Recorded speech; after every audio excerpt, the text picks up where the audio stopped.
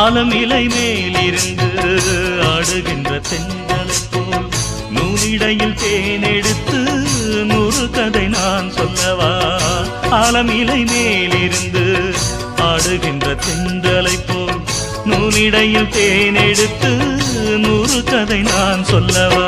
தேனுக்குள் விழுந்த சீரக நனைந்த சிங்கார பூங்குயிலே மாதுளம் பூவில் வாசனை தேடும் மஞ்சள் இளம்பெயிலே என் தேவா.